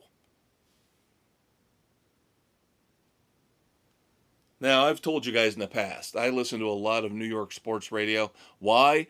Because I think it's better than what you get out of Chicago. I think Chicago, the Scores really got to step their game up. And it's been like that for a long time. Any station that would give Dan Bernstein a bully pulpit has got problems and issues. So, listening to the misery of the hockey fans on WFAN, Boomer Esiason comes to mind. But again, the Rangers, the Islanders, and the New Jersey Devils all missed the playoffs for the first time ever in the same season. Not good. Hockey in New York, New Jersey.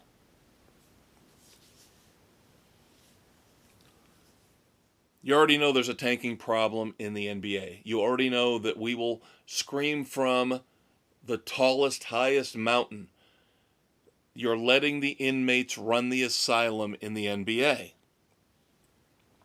Here's more proof.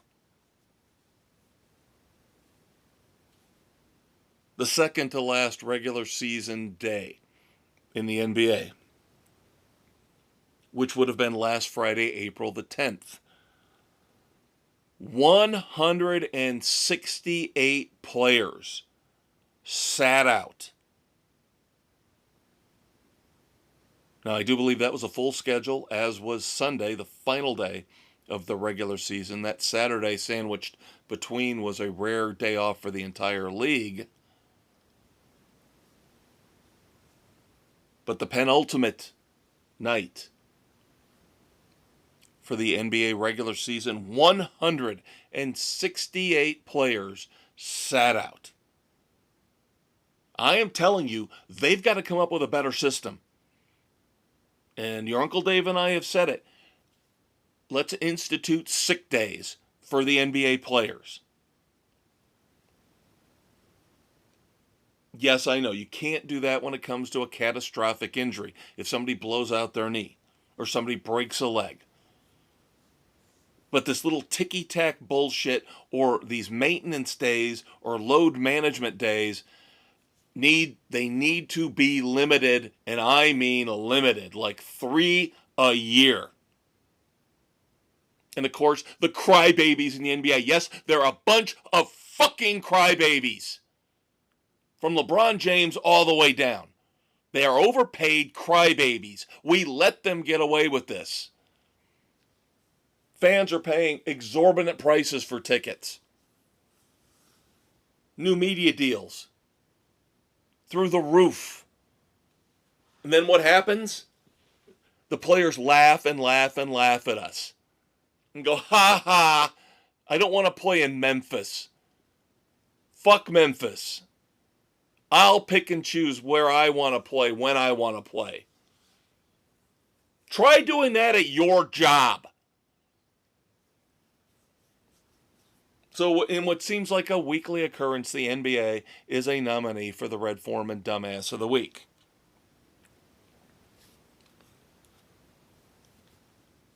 Who the hell puts together these statues that we're seeing pop up all around, all outside these arenas, right? We're going to honor one of our greatest players with a statue outside our stadium or arena, right? It's cool. Something to, when you go to the game, something to look at, something to take a picture, with your kid standing in front of a statue of Michael Jordan or Kobe Bryant, whatever the case may be. But whoever's making these statues, I know it's probably a lot of different companies. Maybe it's not. I mean, how many statue making companies are there out there? But we laughed at the Dwayne Wade statue, right? Even the Tom Brady statue, there was something off about it. Now, this past week, up in Seattle, they unveiled a statue for Ichiro. And when they pulled the tarp off, they broke the bat. Of course, he was holding the bat in his iconic stance at the plate. They pull the tarp off and the bat breaks off. What are we doing here? I mean, we're not talking about something we're buying from China on the cheap from Temu, right? We're talking about, hundreds of thousands of dollars, I would say, to create these statues, and they screw up the engraving on them. They screw up the facial features. It doesn't even look like the person who they're supposed to be honoring. Head's too small, head's too big. And now the bat's breaking off during the unveiling. Not even a few years down the road due to a storm or, high winds. No, the minute they pull the tarp off at the unveiling, it breaks. Dumbasses.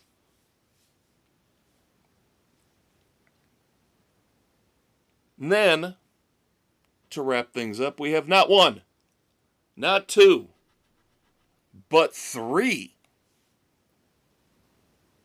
dumbasses connected to the Masters.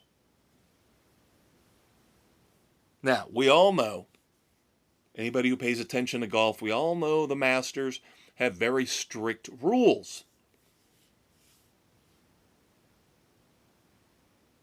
Two of these three dumbass nominees involve those rules. And I'm not against the rules. I get tired. I mean, the Waste Management Open is a different animal.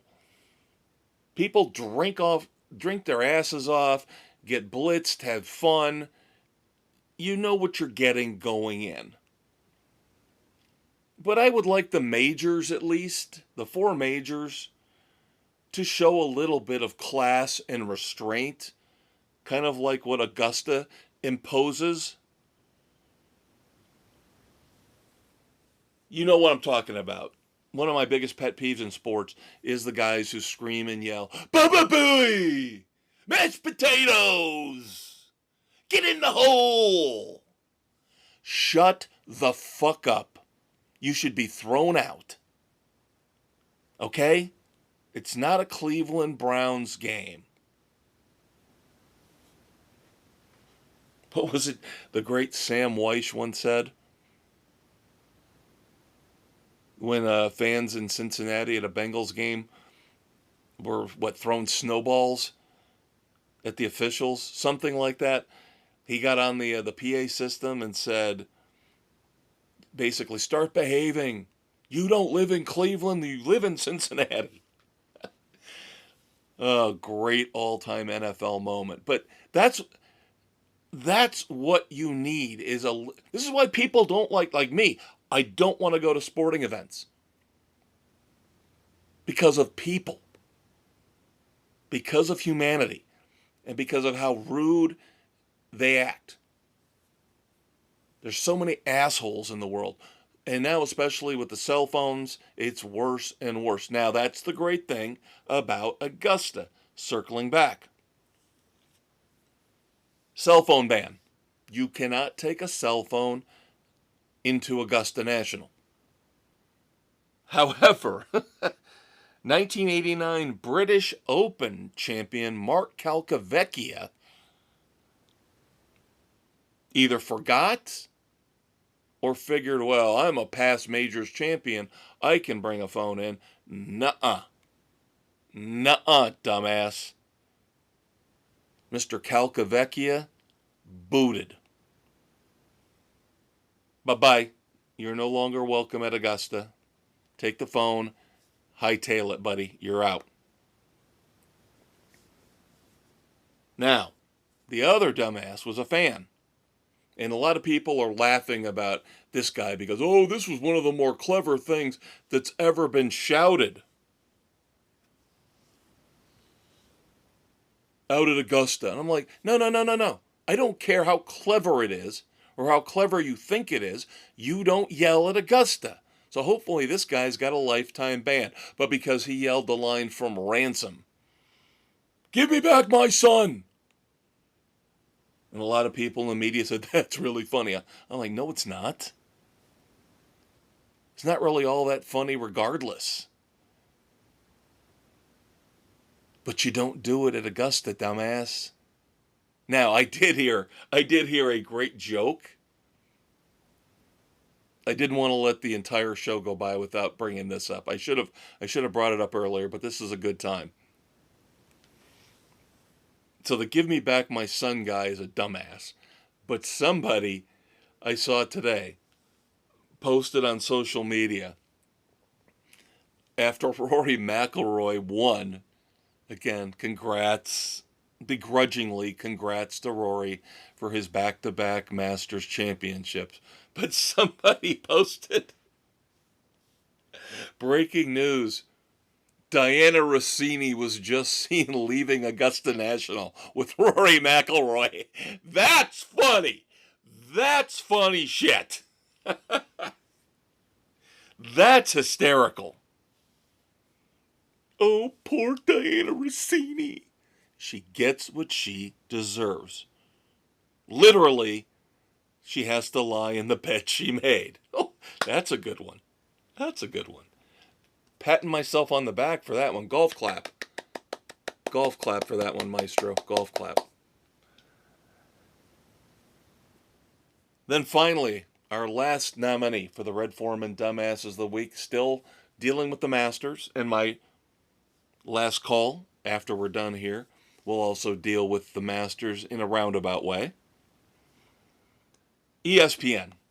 Now, a lot of people criticize CBS's coverage. I admitted at the top of the podcast, I bailed. Once Rory got the lead back, I figured, I know where this is going. I don't want to watch this. I don't want to watch the celebratory walk down 18. Jim Nance slurping.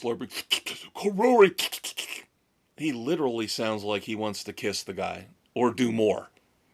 He and Diana Rossini would be fighting over Rory. You get my drift? So I turned it off and flipped over to the Bristol race. But leading into CBS's botched coverage, because again, I guess the 18th, they weren't showing the shots.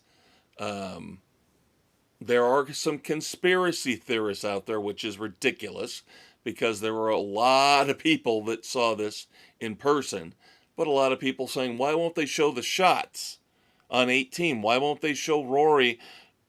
He hit the ball well off the fairway, but we never got to see it.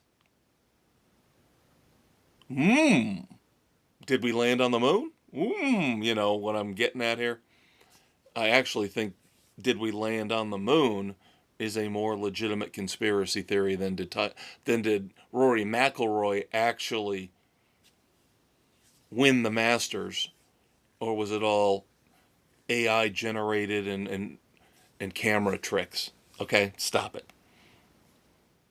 But anyway, CBS's coverage supposedly was botched on the 18th on Sunday. Not a good look for CBS. However, ESPN's coverage leading up to the weekend, they tried to make this into a circus, and I'm surprised Augusta National allowed this to happen.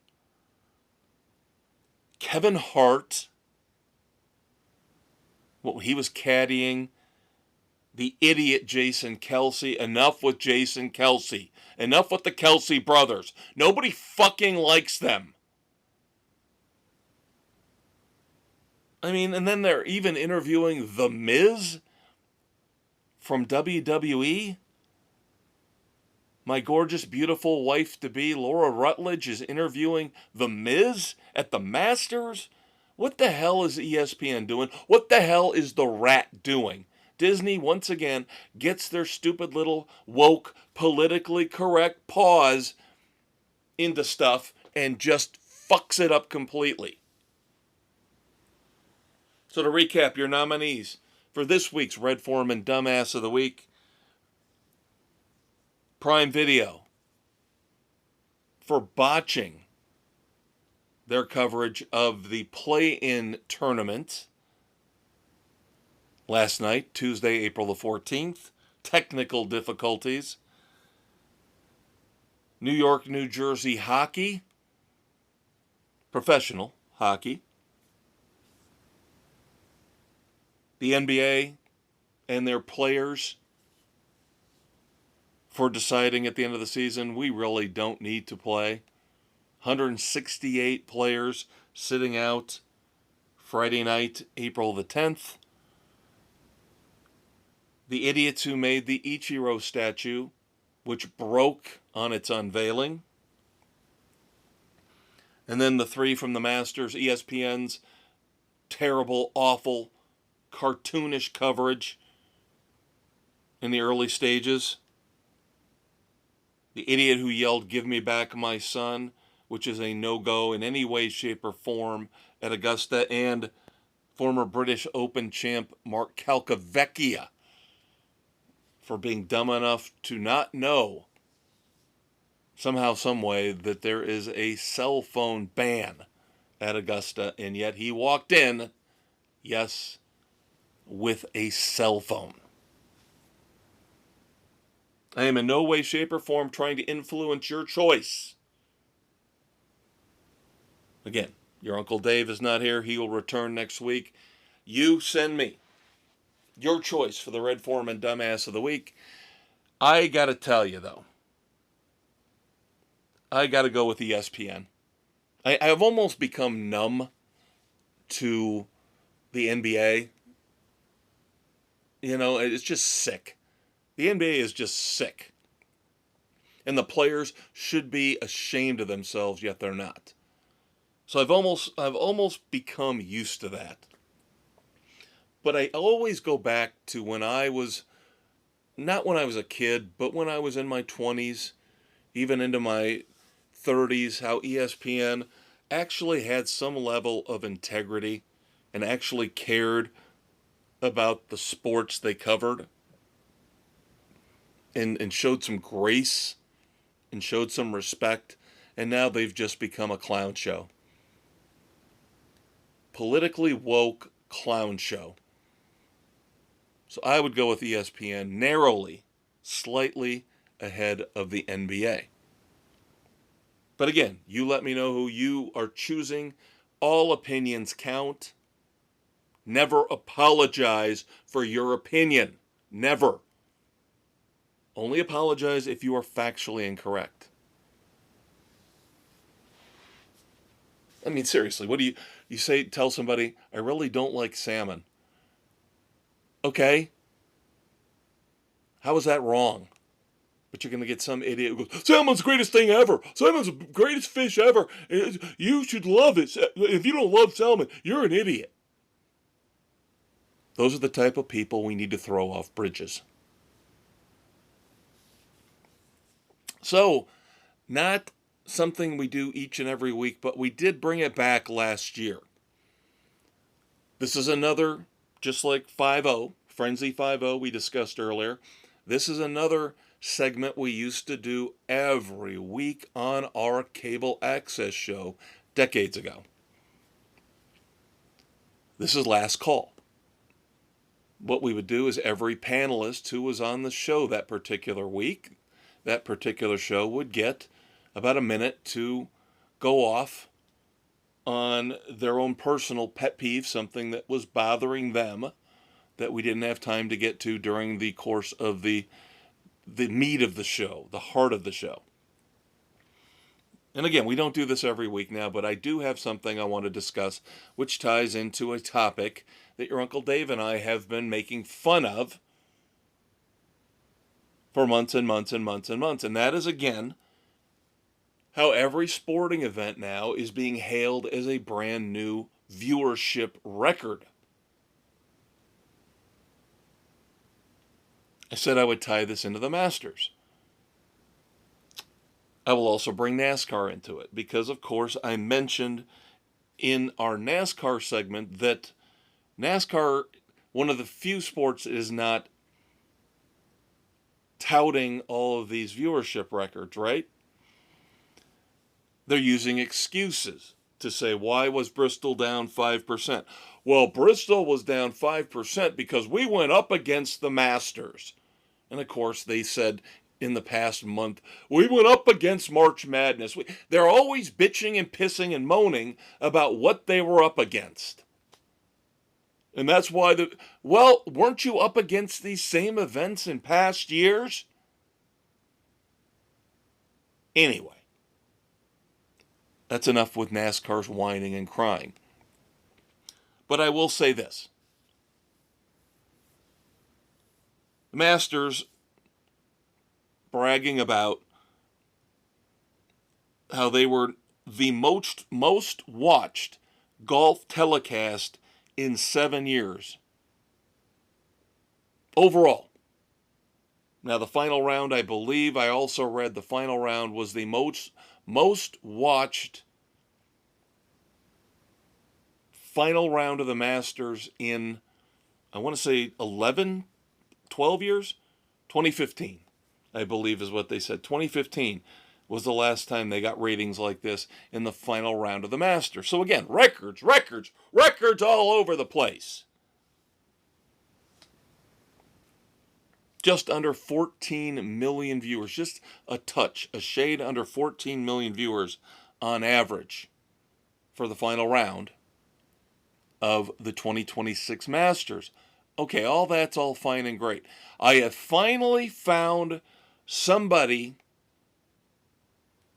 in the legacy media, the legacy sports media, who actually had the guts to point out, well, we do need to say that Nielsen, of course, Nielsen is who measures television viewership. Nielsen has been using a new methodology, trying to incorporate streaming viewership. They're opening up the window for DVR viewing, for, I don't know what do they call it, same day plus 2, same day plus 7, all these different categories. Because, of course, you can go and watch a show or watch an event a couple days after it happened. Now, sports is usually more immediate, of course, because you're going to find out who won a race or a golf tournament or a game. But usually you can hold off on watching your favorite show, this week's installment, for a couple days. You still might get somebody spoiling it for you, but those, again, are people that need to be thrown off bridges. But this new methodology, I was very, very happy to see this. I believe I want to give credit to Yahoo Sports. I think they were the ones who pointed this out. Billboard magazine did this. I'm a big music guy. You guys know this if you've ever listened to the Weekend Edition. And again, Saturday morning, you're Saturday Morning Hangover Cure, the weekend edition of Sports Frenzy 2.0. You guys would, if you've listened to that, you know I am a huge music fan. We always start off the weekend edition with music. Billboard magazine screwed up their charts years and years ago by changing the methodology. Initially, they went to SoundScan in the early 90s, which wasn't terrible. The old school ways were always the best ways. A combination of reports from retailers, radio playing, all of that got filtered in together, and that's why the charts in the 60s, the 70s, and the 80s into the early 90s were the best, the most accurate. Then SoundScan came in, and it was all, we know immediately now how many albums this particular group has sold.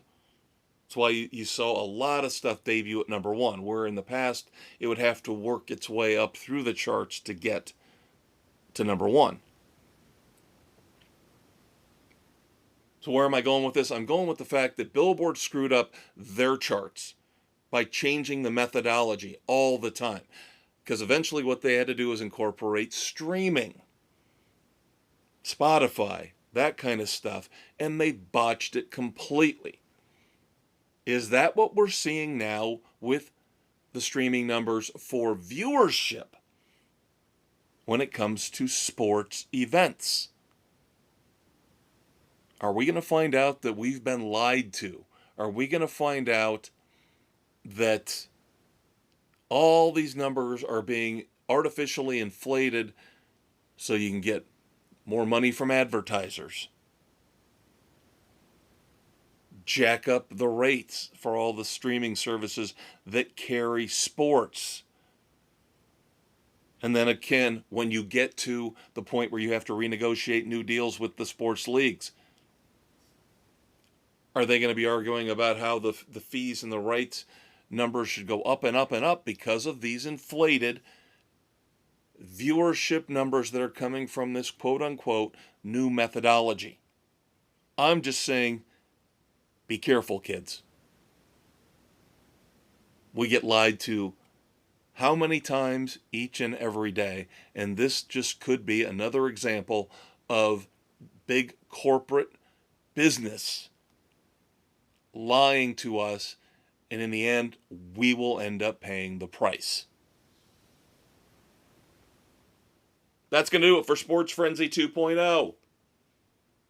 Love you guys. Thank you very much for tuning in. New episodes drop late Wednesday, early Thursday, each and every week. One last time, I'll let you know the weekend edition, where we deal with pop culture in our irreverent, politically incorrect ways. Saturday morning, when you wake up from your overindulgence on Friday night, the new episode will be there for you to listen to. I think I mentioned this earlier. Once again, recorded this a little bit earlier, a couple hours earlier than normal, because I'm about 5 minutes away from tip-off, so I can watch my Orlando Magic choke against the Philadelphia 76ers in their play-in game. Hopefully Prime Video won't actually bomb out like it did last night. I'm the Maestro, Kevin Crane. You are who you are, and we love you for it. Your Uncle Dave will be back next week for our big, massive, awesome NFL draft preview. And then, of course, we will look at our baseball teams. We will look into the NHL playoffs, the NBA playoffs, and we will recap the Kansas race in the NASCAR Cup Series. All that good stuff coming next week. Have a great week. Hopefully we will chat again this Saturday morning. But if it's not your thing, we do sports again in 7 days. Take care, everybody. Peace out.